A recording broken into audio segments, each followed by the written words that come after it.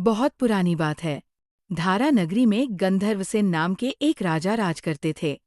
उनकी 4 रानियां तथा 6 लड़के थे। सबके सब बड़े ही चतुर और बलवान थे। उसी में से एक विक्रम थे। संयोग से एक दिन राजा की मृत्यु हो गई और उनकी जगह उनका बड़ा बेटा शंख गद्दी पर बैठा। राजा शंख बड़ा विलासी प्रवृत्ति का था। उसका मन राजकाज में नहीं लगता था। उसके विलासिता के कारण राज्य की स्थिति दिन प्रतिदिन बदतर होने लगी। राजकोष घटने लगा। दुश्मनों की नजरें राज्य पर पड़ने लगी।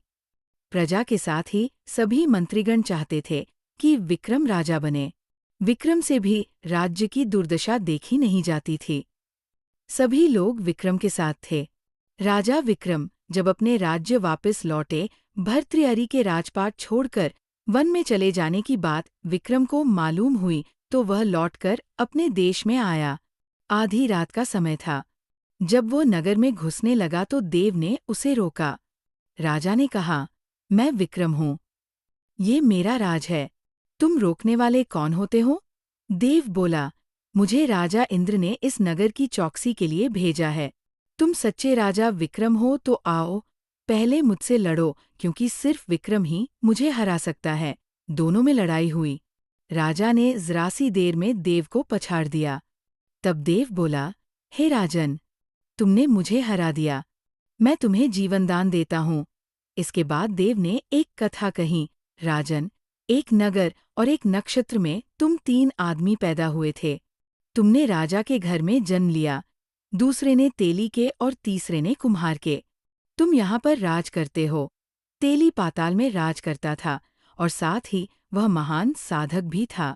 आपसी शत्रुता तथा लोभ के कारण कुम्हार ने योग साधकर तेली को मारकर श्मशान में पिशाच बना पीपल के पेड़ से लटका दिया है। अब वह तुम्हें मारने की फिराक में है। उससे सावधान रहना। इतना कहकर देव चला गया और राजा महल में आ गया। राजा को वापस आया देख सबको बड़ी खुशी हुई। नगर में आनंद मनाया गया। विक्रम फिर राज करने लगा। फिर राजा ने सोचा, हो, ये वही योगी है जिसकी बात देव ने बताई थी। पेड़ पर रस्सी से बंधा मुर्दा लटक रहा था। राजा पेड़ पर चढ़ गया और तलवार से रस्सी काट दी। मुर्दा नीचे गिर पड़ा और दहाड़ मार मार कर रोने लगा। विक्रम ने नीचे आकर पूछा, तू कौन है? विक्रम का इतना कहना था कि वह मुर्दा खिलखिलाकर हंस पड़ा। विक्रम को बड़ा अचरज हुआ। तभी वह मुर्दा फिर पेड़ पर जा लटका। विक्रम फिर चढ़कर ऊपर गया और रस्सी काटते ही मुर्दे को बगल में दबा नीचे आया। बोला, बता, तू कौन है? मुर्दा चुप रहा।